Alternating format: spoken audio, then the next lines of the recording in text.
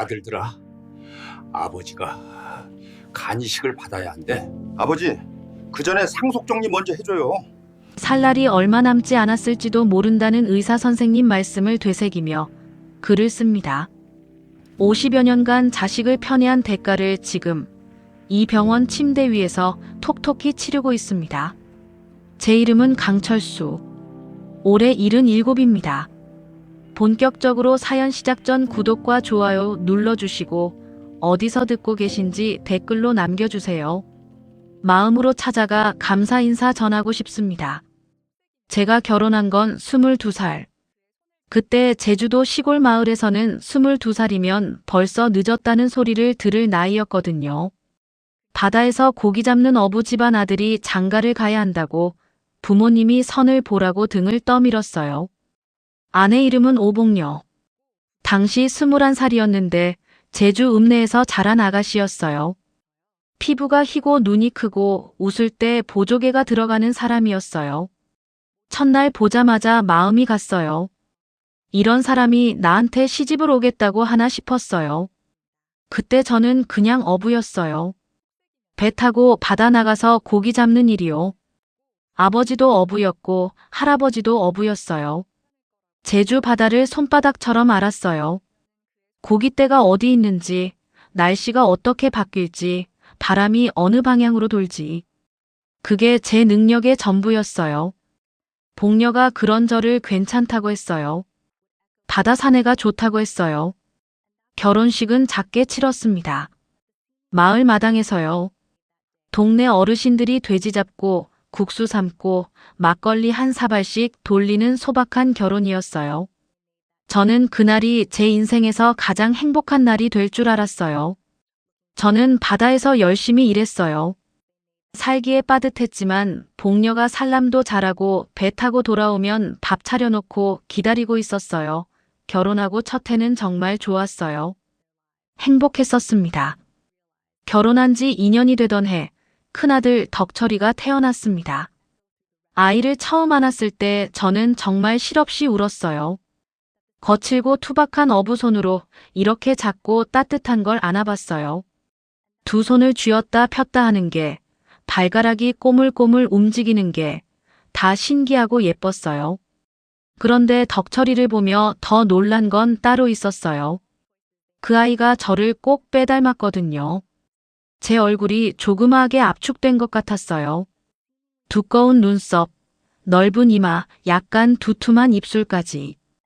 복녀도 웃으며 그랬어요. 덕철이 완전 아버지 닮았네. 우리 아들 장사 되겠다.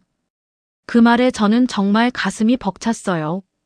내 새끼, 내 피.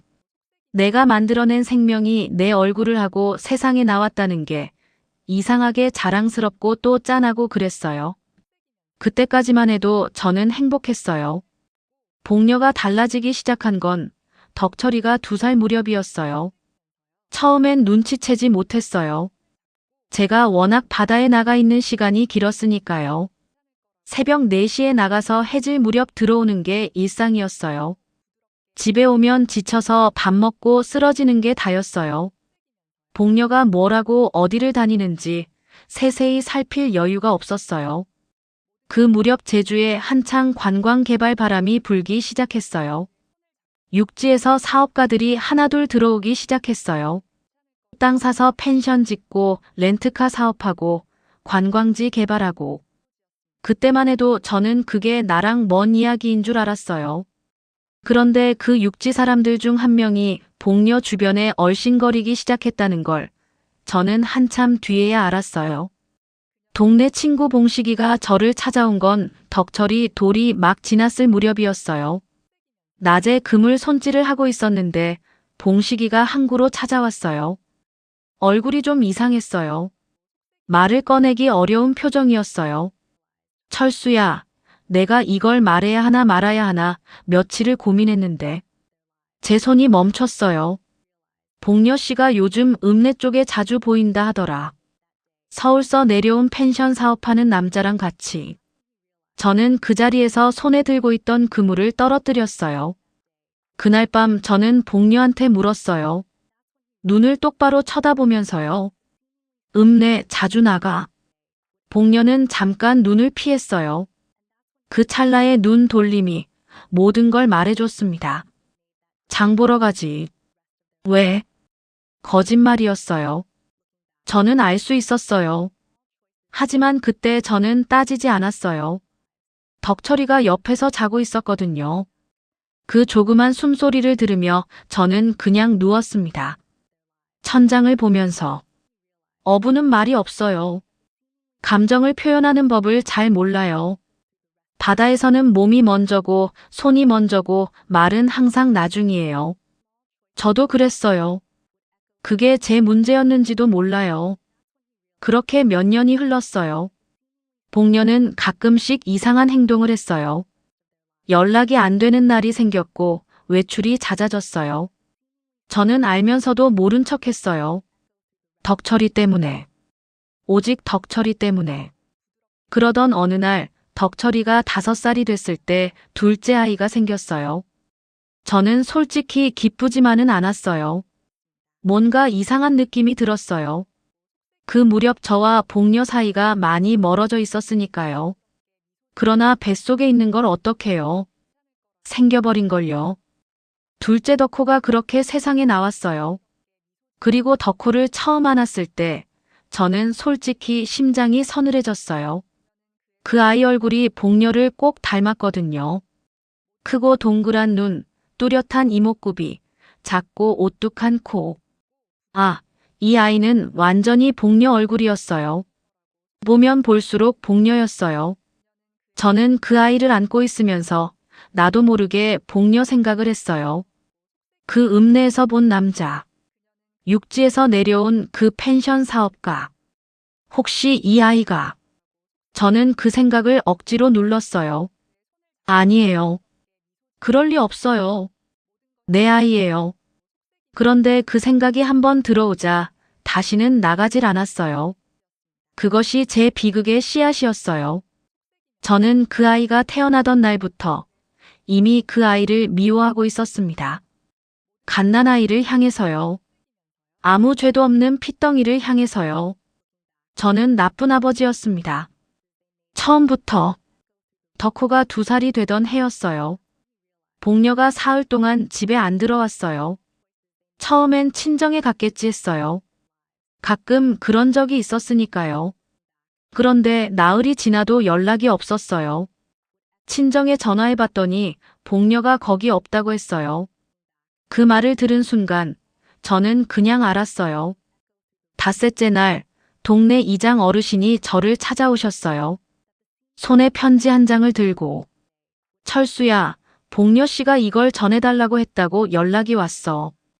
편지를 받아들었을 때 손이 떨렸어요. 어부 손이 떨린다는 게 있을 수 없는 일인데 그날은 그랬어요. 편지에는 이렇게 적혀 있었어요. 철수 씨에게. 미안해요.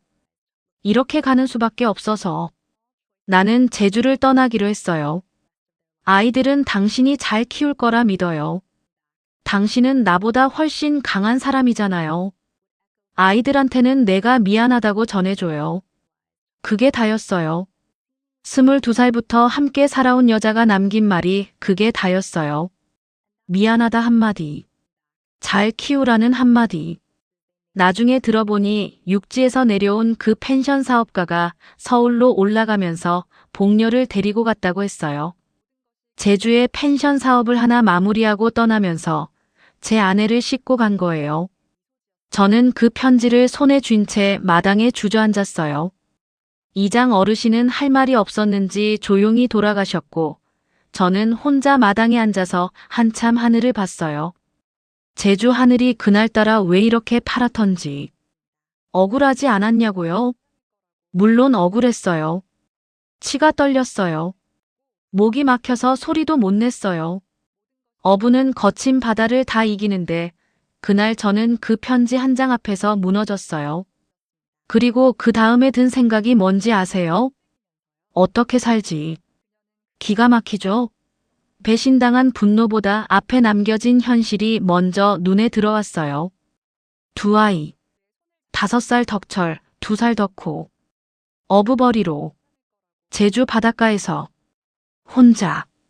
저는 그 순간 이를 악물었어요. 죽으면 안 된다. 저 녀석들이 있는 한. 복녀가 떠나고 일주일 뒤, 저는 다시 배를 탔어요. 동네 사람들이 말렸어요. 며칠이라도 쉬라고. 그런데 저는 쉬면 안 됐어요. 쉬면 생각이 났으니까요. 복녀가 생각나고 그 사내가 생각나고 내가 뭘 잘못했는지가 생각나고 바다에 나가야 그게 다 잊혔어요. 새벽 4시에 아이들 이웃집에 맡겨놓고 배 탔어요. 갈치, 옥돔, 한치. 물고기를 잡으며 살았어요. 제주 바다가 허락하는 한 저는 최대한 잡아다 팔았어요. 그렇게 번 돈으로 겨우겨우 살았어요.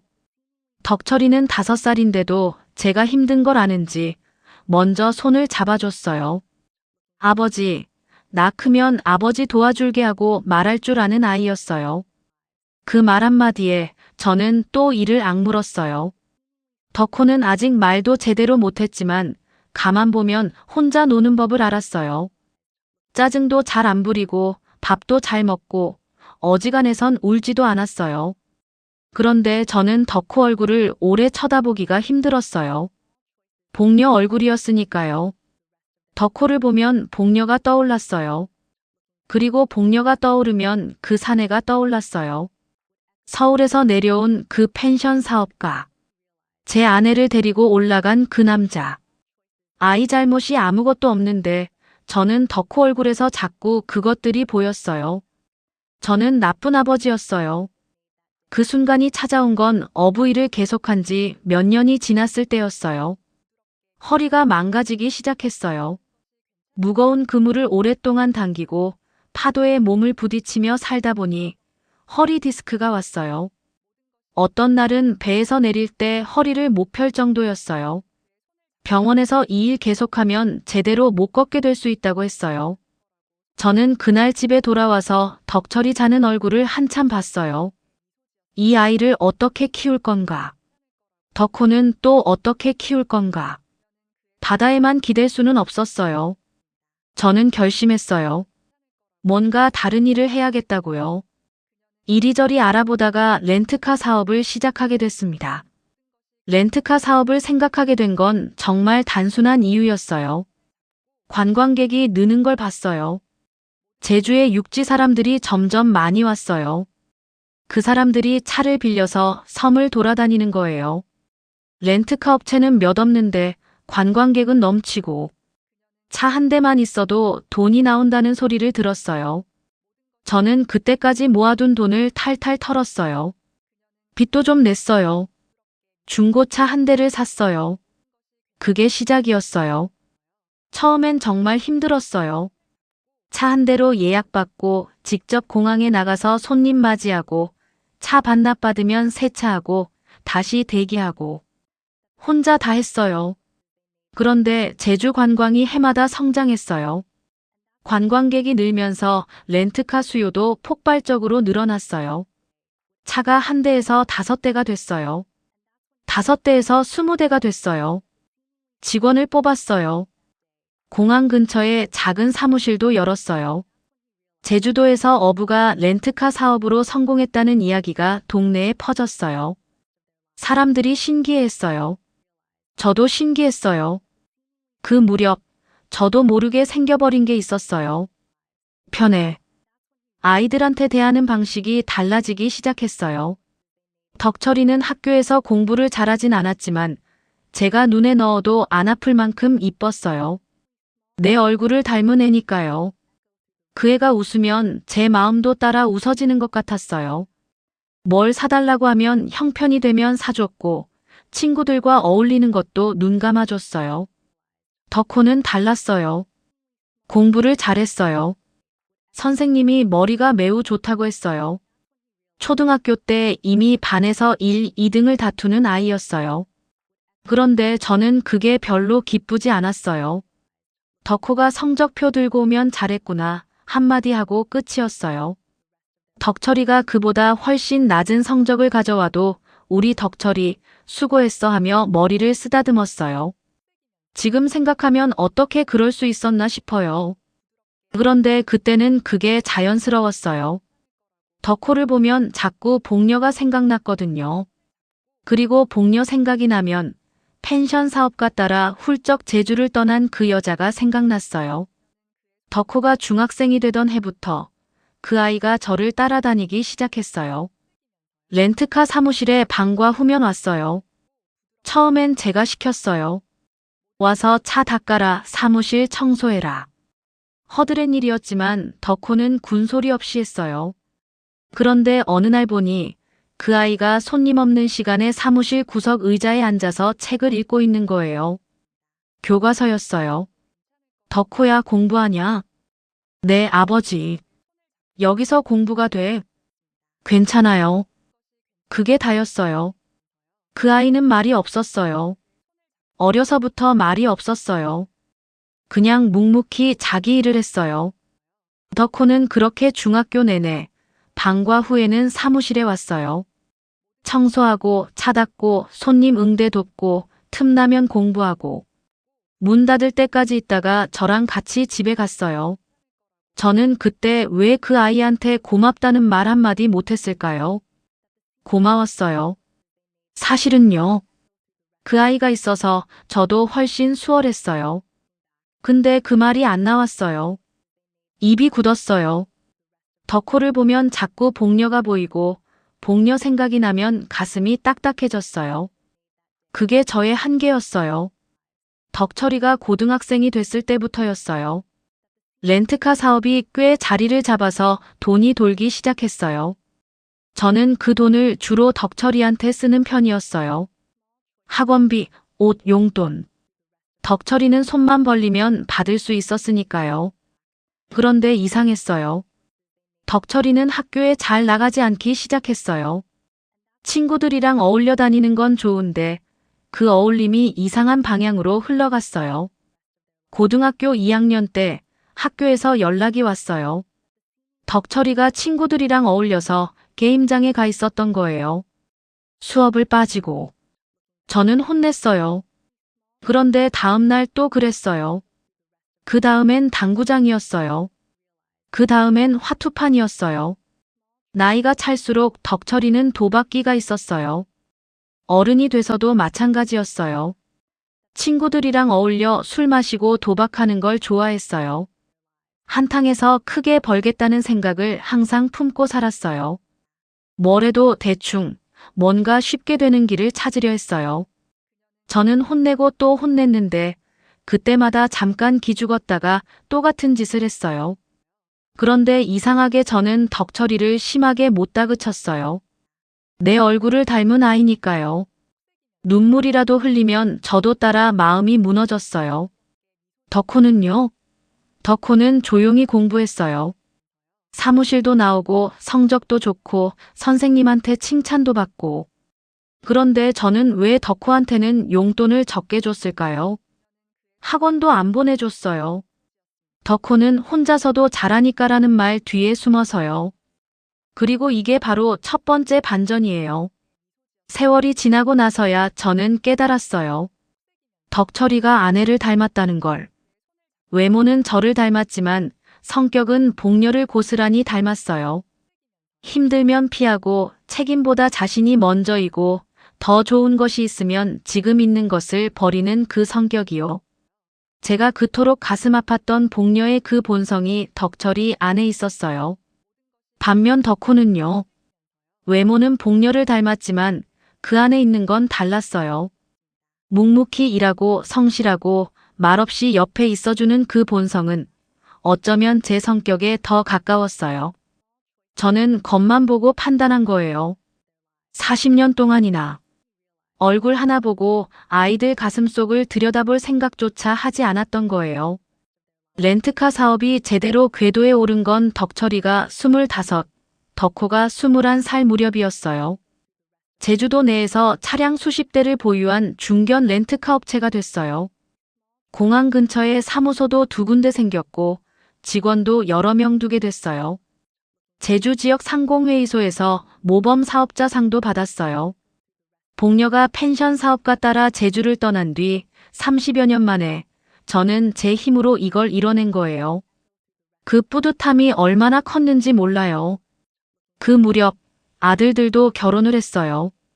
덕철이가 먼저 결혼했어요. 며느리는 서울에서 내려온 아가씨였는데 야무지고 말을 잘했어요. 저는 덕철이 결혼의 지원을 아끼지 않았어요. 예식도 제대로 치러줬고 신혼집 전세 보증금도 보태줬어요. 덕호 결혼은 좀 늦었어요. 30이 넘어서 했는데 상대는 제주 토박이 아가씨였어요. 조용하고 얌전한 사람이었어요. 덕호 결혼식엔 저도 갔지만 솔직히 덕철이 결혼에 비해 제가 해준 게 없었어요. 덕철이는 결혼하고 사업을 시작했어요.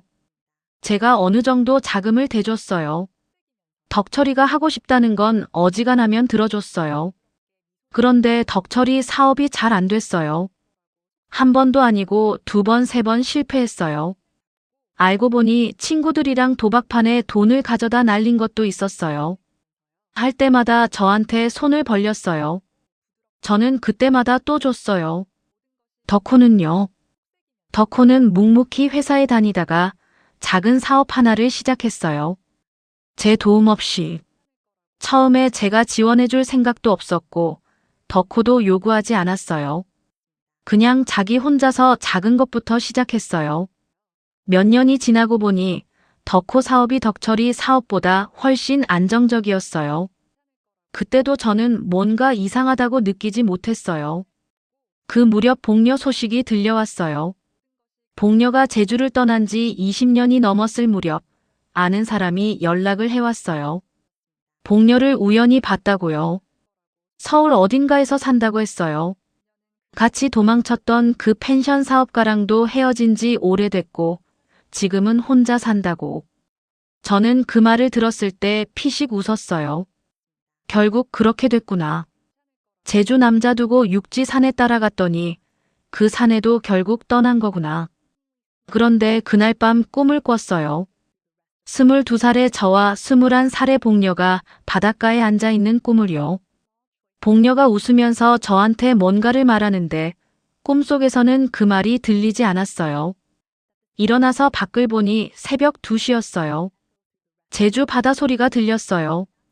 저는 창밖을 한참 봤어요. 그리고 그 꿈을 꾼 다음 날 저는 덕호한테 처음으로 전화를 했어요. 덕호야, 잘 지내냐? 네, 아버지. 잘 지내요. 왜요? 그냥. 그 전화가 얼마나 어색했는지 몰라요. 아비가 자식한테 전화하면서 그냥이라니.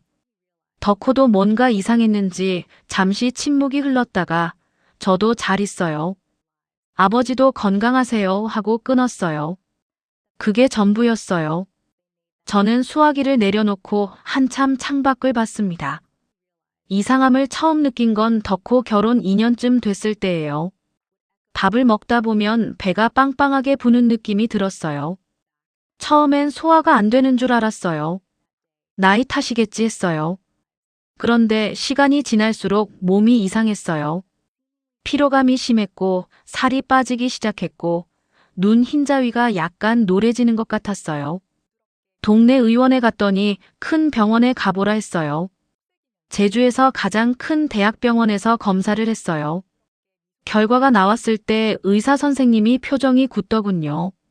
저는 그 굳은 표정에서 이미 알았어요. 안 좋다는 걸. 간경변이었어요. 이미 꽤 진행이 됐다고 했어요.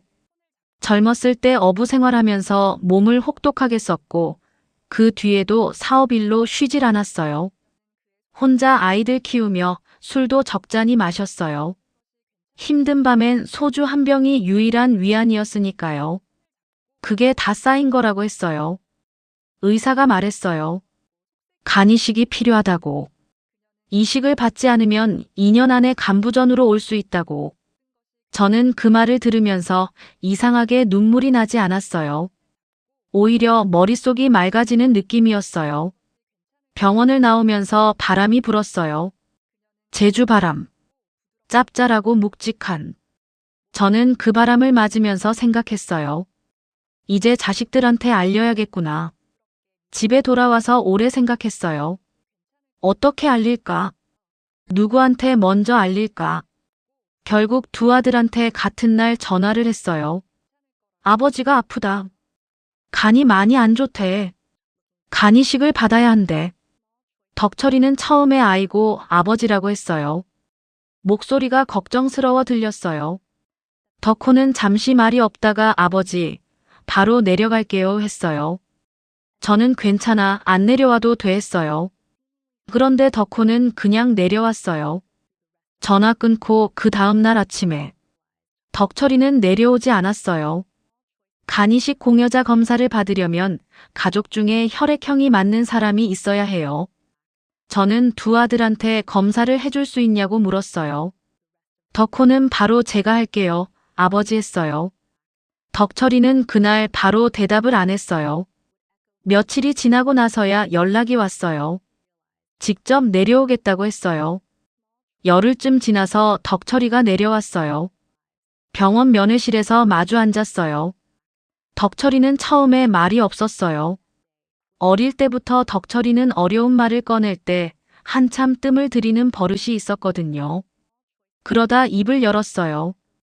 아버지, 저도 해드리고 싶어요. 근데 그 전에 한 가지만 얘기해도 돼요? 뭔데?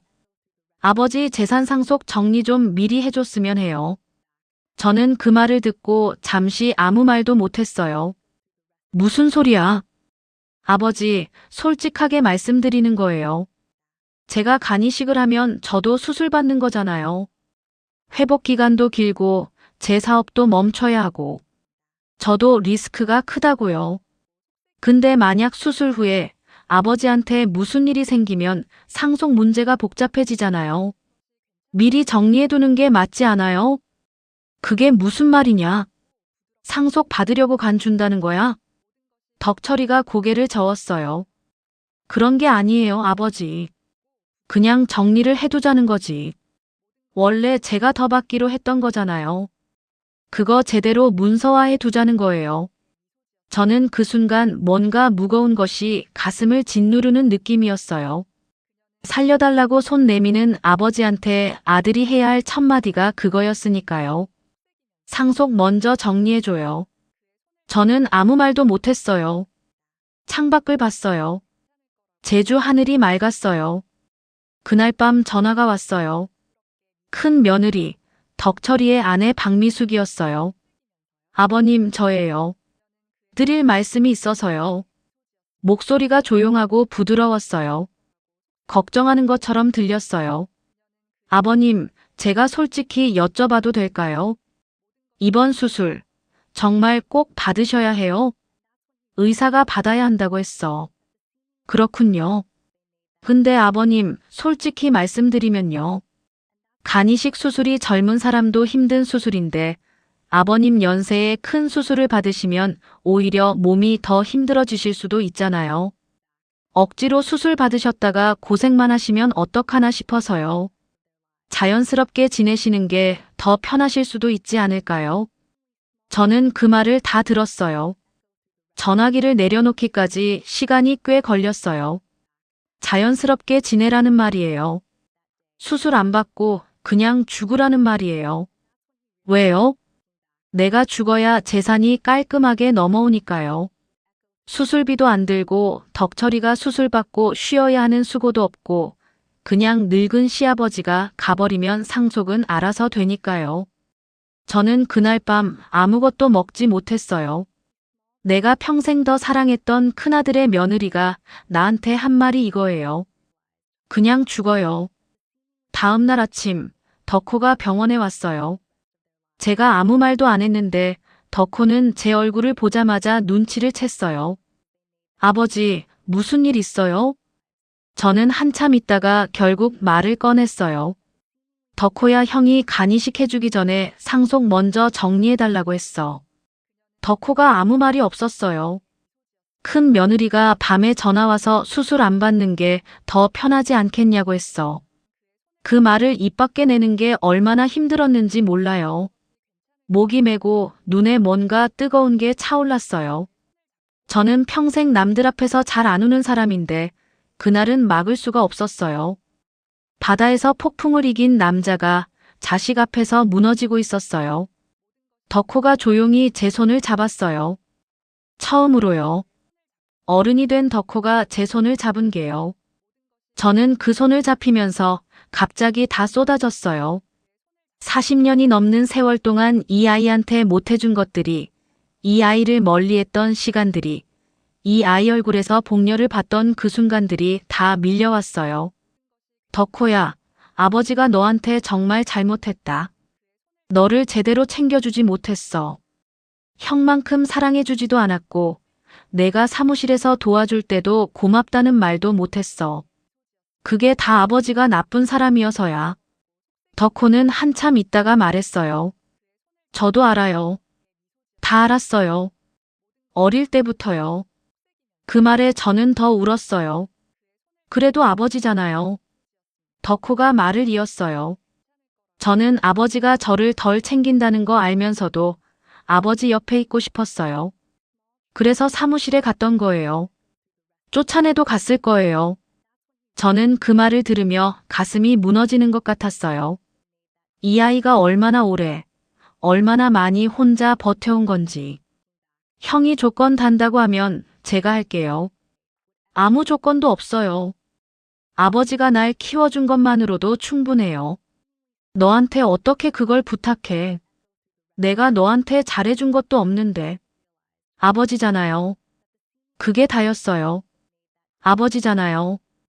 그 한마디가 제 평생 들은 말 중에 가장 무겁고 가장 따뜻한 말이었어요. 어부도 눈물이 납니다. 사내도 웁니다. 저는 그날 덕호 앞에서 소리 없이 울었어요. 그날 저녁 작은 며느리인 덕호 아내 이순영이 병원에 왔어요. 조용한 사람이에요. 말수가 적고 늘 차분한 사람. 저는 그 며느리한테도 솔직히 잘 못해줬어요. 덕호가 미운 만큼 그 아이 와이프도 친근하게 대하지 못했어요. 그런데 순영이가 제 손을 잡더니 이렇게 말했어요. 아버님, 저희가 여기 있는 게 당연한 거예요. 당연하다니. 아버님 혼자서 고생하시면서 덕호 키워주셨잖아요. 어머니도 없이 아버님 혼자서요. 그 덕분에 덕호가 지금 이만큼 살고 저도 이만큼 살아요. 이번 일은 저희 도리예요, 아버님. 저는 아무 말도 못했어요. 큰 며느리는 그냥 죽는 게 낫지 않냐고 했어요.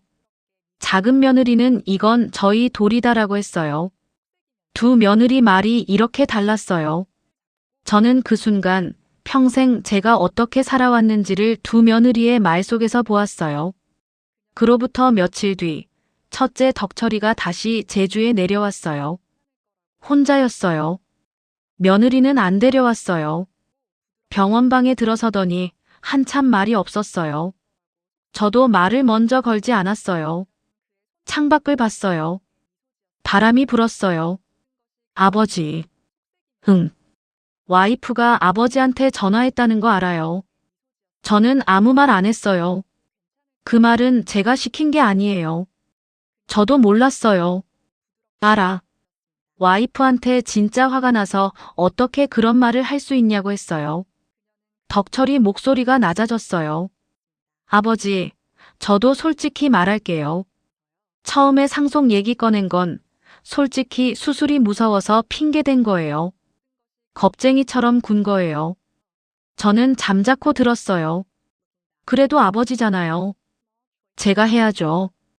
큰아들이 해야 하는 거잖아요. 저는 그 말을 들으며 덕철이 얼굴을 봤어요. 내 얼굴을 닮은 그 얼굴. 두꺼운 눈썹, 넓은 이마.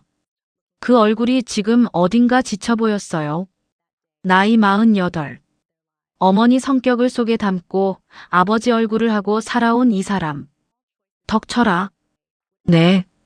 상속 얘기 다시 꺼낼 거야? 덕철이가 고개를 저었어요. 아니요. 그건 제가 잘못 말한 거예요. 와이프는? 덕철이가 잠시 멈췄어요. 제가 설득할게요.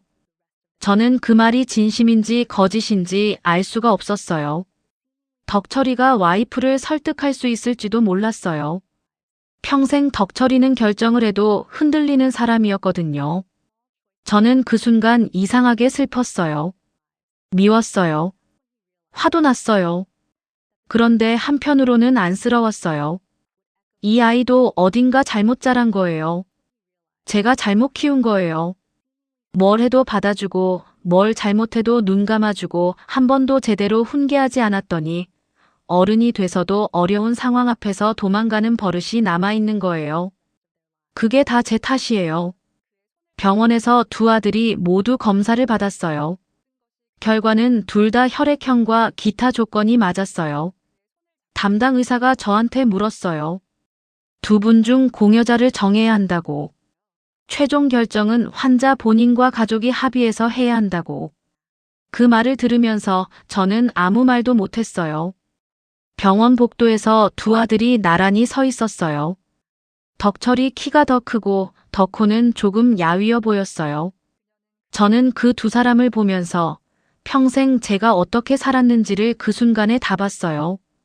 덕철이한테 편애하고 덕호한테 냉대하고, 덕철이가 도박하고 술 마셔도 눈 감아주고 덕호가 열심히 일해도 못 본 척하고, 덕철이 사업에 수없이 돈을 대줬고 덕호는 알아서 하라고 내버려 두고, 그 결과가 지금이에요. 덕철이는 처음에 상속 조건을 달았고 와이프는 그냥 죽으라고 했어요. 덕호는 아무 말 없이 제가 할게요 했어요. 와이프는 저희 돌이라고 했어요. 저는 덕호한테 충분히 못해줬어요. 아니, 못해준 게 아니라 안 해준 거예요. 그 아이 얼굴에서 복녀가 보인다는 이유로. 그리고 그 죄의 벌을 지금 이 병원 복도에서 받고 있어요. 그날 밤 저는 아들들 없이 혼자 병원방에 앉아서 생각했어요. 나는 어떤 사람인가? 나는 어떤 아버지였나? 답은 쉽게 나왔어요. 나는 나쁜 아버지였어요. 아이들 잘못이 하나도 없는데 아이들 얼굴 보고 감정을 쏟아낸 나쁜 아버지였어요. 복녀가 펜션 사업가 따라 제주를 떠난 건 복녀 잘못이에요. 그 잘못이 덕호한테 없어요. 그런데 저는 그걸 덕호한테 뒤집어 씌웠어요. 50년 가까이. 그 생각이 드는 순간 저는 처음으로 진짜로 울었어요. 소리를 내서 울었어요. 병원방에서 혼자 이불을 덮고서요. 어부가 울었어요. 바다에서 폭풍도 버틴 사내가 울었어요. 얼마나 오래 울었는지 모르겠어요. 다 쏟아진 것 같았어요. 평생 참아왔던 것들이. 그 다음 날 아침, 저는 두 아들을 각자 따로 만났어요. 먼저 덕호를 만났어요. 덕호야. 네. 미안하다. 덕호가 아무 말 없이 저를 봤어요. 어릴 때부터 지금까지 아버지가 너한테 너무 잘못했어. 그거 알지? 알아요. 그래도 이렇게 해준다고 해서. 아버지, 저 조건이 있어서 하는 게 아니에요. 덕호가 조용히 끊었어요. 그냥요. 그냥 아버지니까요. 저는 그 말을 듣고 한참 그 아이 손을 잡았어요. 어릴 때 내가 잡아주지 못했던 그 손을요. 어부의 손이 떨렸어요. 그 다음에 덕철이를 만났어요. 덕철이가 들어오는데 뭔가 달랐어요. 표정이 달라져 있었어요. 처음 왔을 때 그 딱딱하고 계산적이던 눈빛이 아니었어요. 눈가가 촉촉해 보이기도 했어요. 걸음걸이도 조심스러웠어요. 꼭 무언가를 준비해온 사람처럼요. 아버지. 목소리가 낮고 조용했어요. 젊었을 때 제가 혼낼 때 덕철이가 쓰던 그 목소리예요. 반성하는 척할 때. 아버지, 제가 많이 잘못했어요. 저는 아무 말 않고 봤어요. 상속 얘기 꺼낸 것도요. 와이프가 그런 말 한 것도요. 아버지한테 너무 죄송해요. 덕철이가 눈을 내리깔며 말을 이었어요. 저도 생각해보니까 아버지가 저 때문에 얼마나 많이 고생하셨는지. 어릴 때부터 혼자 저 키우시면서 사업도 일으키시고 그게 다 저를 위한 거였잖아요. 말이 막힘없이 나왔어요. 준비한 것처럼요. 아버지, 제가 할게요. 형제 중에 큰아들이 해야죠. 그게 맞는 거잖아요. 저는 덕철이 얼굴을 가만히 봤어요. 눈물이 맺혀 있었어요. 한 방울이 볼을 타고 내려왔어요. 그런데 이상했어요. 그 눈물이 왜 이렇게 어색했을까요? 50년 가까이 이 아이를 봐온 아버지 눈에는 뭔가 달랐어요. 감정이 올라오는 게 아니라 감정을 내려보내는 것 같은. 말이 가슴에서 나오는 게 아니라 머리에서 내려오는 것 같은. 덕철아. 내 아버지. 와이프는 뭐래? 덕철이가 잠깐 멈췄어요. 아주 짧게요. 설득했어요. 이제 괜찮아요. 언제? 어제요. 아버지 생각하면 당연히 해야 한다고 와이프도 이제 이해했어요. 저는 그 말을 들으며 고개를 끄덕였어요. 그런데 뭔가 자꾸 걸렸어요. 며칠 전까지만 해도 자연스럽게 가시는 게 낫지 않냐던 며느리가 하루 이틀 새에 마음을 바꿨다고요? 덕철이가 설득을 했다고요? 설득이 아니라 계산이 바뀐 거 아닐까요? 덕호가 간이식을 해주겠다고 나서는 걸 알고 나서 계산기를 다시 두드린 거 아닐까요? 덕호가 간을 주면 어떻게 돼요? 아버지는 살아요. 살아나면 재산을 어떻게 정리할지 모르잖아요. 어쩌면 덕호한테 더 많이 줄 수도 있잖아요. 그걸 막으려면 덕철이가 직접 간을 줘야 해요. 간을 주면 아버지 마음도 잡을 수 있고 재산도 지킬 수 있고. 저는 그 생각이 드는 순간 스스로를 막았어요. 아니야. 내 자식인데. 내가 너무 나쁘게 보는 거야. 그런데 정말 그럴까요? 덕철이가 돌아가는 뒷모습을 봤어요. 병원 복도를 걸어 나가는데 복도 끝에서 핸드폰을 꺼내 들었어요. 누군가한테 전화를 했어요. 고개를 살짝 숙이고 목소리를 낮추면서요. 누구한테 전화를 한 걸까요? 와이프한테요? 아니면 변호사한테요? 저는 그걸 알 수가 없었어요. 알 수가 없는 게 더 무서웠어요. 저는 그날 밤 선택을 해야 했어요. 두 아들 중 누구한테 간이식을 받을 것인가. 담당 의사가 의학적으로는 둘 다 가능하다고 했어요. 저는 오래 생각했어요. 덕철이. 내가 더 사랑했던 아이. 내 얼굴을 닮은 아이. 처음엔 상속을 조건으로 달았던 아이. 와이프가 나더러 그냥 죽으라고 했던 아이. 그러더니 갑자기 눈물을 흘리며 해주겠다고 하는 아이. 병원 복도 끝에서 몰래 전화를 하던 아이. 뒤늦게 돌아온 그 마음이 진심인지 아니면 또 다른 계산인지. 저는 끝내 알 수 없었어요. 덕호. 내가 덜 사랑했던 아이. 복녀 얼굴을 닮아서 멀리했던 아이. 어릴 때부터 사무실에 와서 묵묵히 일하던 아이. 아무 조건도 없이 가장 먼저 손을 내민 아이. 와이프까지 저희 돌이라고 말한 아이. 준비한 것도 없이 그냥 왔던 아이. 결정을 내리기 전날 밤, 저는 혼자 병원 밖으로 나왔어요. 바람이 불었어요. 제주 바람. 짭짤하고 묵직한. 바다가 보이진 않았지만 냄새로 알 수 있었어요. 수십 년 동안 그 냄새를 맡으며 살았으니까요. 저는 그 냄새를 맡으며 오래 서 있었어요. 22살에 복녀 만났던 일을 생각했어요. 처음 선 보던 날, 복녀가 저한테 웃어줬을 때도 저는 그냥 믿었어요. 그 웃음이 진심인 줄 알았어요. 그래서 배신을 당한 거예요. 덕철이 눈물도 그랬어요. 오늘 그 눈물이 진심인지 저는 또 알 수 없었어요. 허리 아픈 몸으로 중고차 한 대 사던 날을 생각했어요. 덕철이가 어릴 때 아버지, 나 크면 아버지 도와줄게 했던 말을 생각했어요. 그 말도 진심이었을 거예요. 그때는요. 그런데 사람 마음은 변하잖아요. 덕호가 사무실 구석에서 혼자 책 읽던 모습을 생각했어요. 그 아이는 아무 말도 없었어요. 약속도 안 했어요. 그냥 거기 있었어요. 그리고 지금 간이 망가진 몸으로 두 아들 중 하나를 선택해야 하는 이 밤을 생각했어요. 저는 그 순간 한 가지를 깨달았어요. 어떤 선택을 하더라도 저는 이미 후회해야 할 것들을 가득 안고 있다는 걸. 덕철이한테 너무 많이 줬고 덕호한테 너무 적게 줬어요. 덕철이를 너무 믿었고 덕호를 너무 밀어냈어요. 그리고 그 어떤 선택을 해도 그 과거는 되돌릴 수 없어요. 돌아갈 수 있다면 얼마나 좋을까요? 덕호가 사무실 구석에서 혼자 책 읽던 그날로요. 그때 옆에 가서 앉아서 덕호야, 고생이 많다 해줬다면 어땠을까요? 이제 와서 후회해도 아무 소용이 없지만요. 그런데 한 가지만은 분명해요. 덕철이의 그 눈물이 진심이든 아니든 덕호가 내민 손은 처음부터 달랐어요. 준비한 말도 없었고 계산도 없었고 그냥 왔어요. 아버지잖아요. 그 한마디만 들고 저는 이제 결정을 내려야만 합니다. 그런데 그 전에 여러분한테 묻고 싶어요. 여러분이라면 어떤 선택을 하시겠어요? 제주 바람이 또 붑니다. 짭짤하고 묵직하게.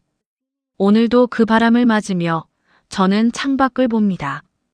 바다는 오늘도 그 자리에 있네요. 저는 이 바다만큼은 배신하지 않았습니다.